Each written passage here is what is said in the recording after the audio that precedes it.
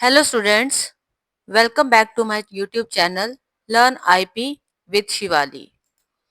जैसा कि आप जानते हो कि हमने अपना 11th क्लास का सिलेबस स्टार्ट किया है, तो इसी के अंतर्गत मैं अब आपको नेक्स्ट चैप्टर पढ़ाऊंगी। नेक्स्ट चैप्टर का नाम है हमारा प्रोग्रामिंग कंसेप्ट्स, जो कि 6 चैप्टर है आपका।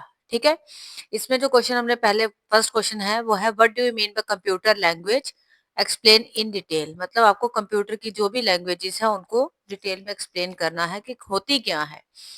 तो सबसे पहले हम जानेंगे कि कंप्यूटर लैंग्वेज क्या होती है, और उसे हम प्रोग्रामिंग लैंग्वेज भी कहते हैं। ठीक है, a language A language in which computer programmer writes instructions for a computer to execute is called a programming language.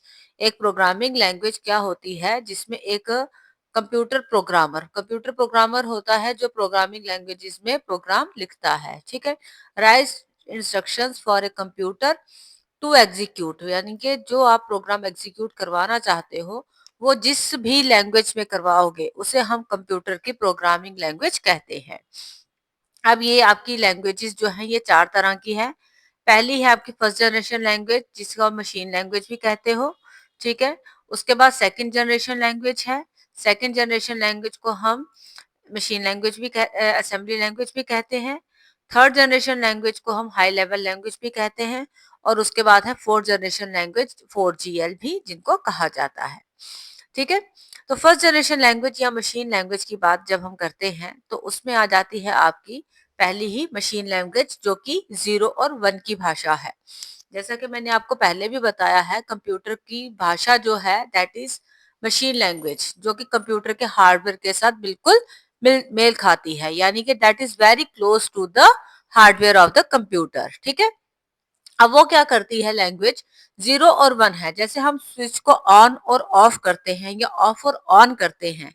ठीक है, तो मतलब मान लीजिए कि हमने एक स्विच ऑफ किया तो हमारा बल्ब ऑफ हो गया, और ऑन किया तो ऑन हो गया। ठीक है, कभी भी हमारा स्विच कभी हाफ नहीं जलेगा, हमारा बल्ब कभी हाफ नहीं ऑन होगा, या फैन कभी हाफ ऑन नहीं होगा, या तो फुल ऑन होगा या फुल ही ऑफ होगा।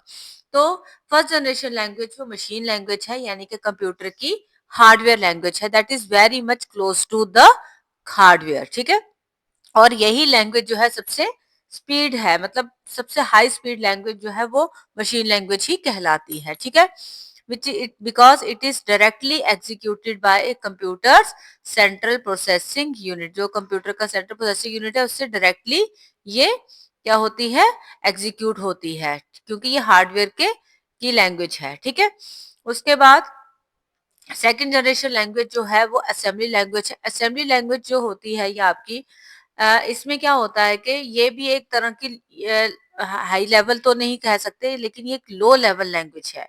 ठीक है, ये हार्डवेयर लैंग्वेज तो नहीं है, बट एक लो लेवल प्रोग्रामिंग लैंग्वेज है। इसमें क्या यूज होते हैं, निमोनिक कोड्स, MENEMONIC कोड्स जो हैं ये बाइनरी कोड्स की जगह पे जो है निमोनिक कोड्स को इस्तेमाल किया जाता है। जैसे कि अगर आपने एडिशन करनी है तो आप ADD यूज करेंगे, सब्ट्रैक्शन के लिए SUB। इस तरह से जो है निमोनिक कोड्स का इस्तेमाल किया जाता है। ठीक है, और इस असेंबली लैंग्वेज को मशीन लैंग्वेज में कन्वर्ट करने के लिए एक असेंबलर जो है, असेंबलर मान लीजिए एक तरह का ट्रांसलेटर है। ठीक है, असेंबलर एक तरह का ट्रांसलेटर है जो असेंबली लैंग्वेज को कंप्यूटर की मशीन लैंग्वेज में कन्वर्ट करके प्रोग्राम को एग्जीक्यूट करता है, और असेंबली लैंग्वेज जो मशीन लैंग्वेज के प्रोग्राम्स है उनको वापस जो है असेंबली लैंग्वेज में हमें वापस रिटर्न देता है आउटपुट। ठीक है, उसके बाद है थर्ड जनरेशन लैंग्वेज, जिसको हम हाई लेवल लैंग्वेज भी कहते हैं।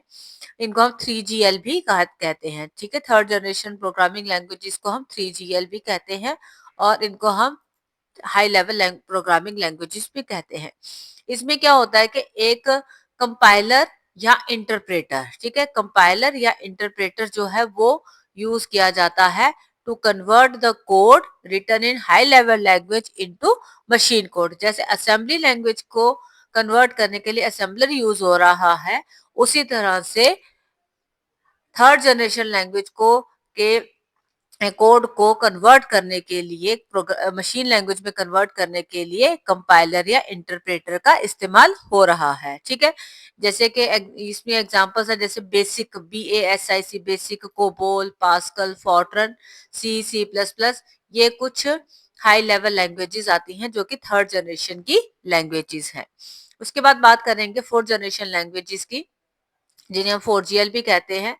फोर्थ जनरेशन लैंग्वेजेस जो है वो ह्यूमन लैंग्वेज के ज्यादा क्लोज है, मतलब कि अब जो ये बाकी लैंग्वेजेस है, जब इनमें प्रोग्रामिंग करनी होती है तो हमें बहुत ज्यादा एक प्रोग्रामिंग एक्सपर्ट बनना पड़ता है, तभी हम इनमें प्रोग्रामिंग कर सकते हैं। लेकिन जब ये फोर्थ जनरेशन लैंग्वेजेस आ गई हैं तो ये लैंग्वेजेस जो है ये हमारे इंसानी लैंग्वेज के ज्यादा क्लोज हैं, तो इसलिए ये लैंग्वेजेस हम इंसान ज्यादा अच्छे से समझ सकते हैं, तो हम इनमें प्रोग्रामिंग जो है आसानी से कर सकते हैं।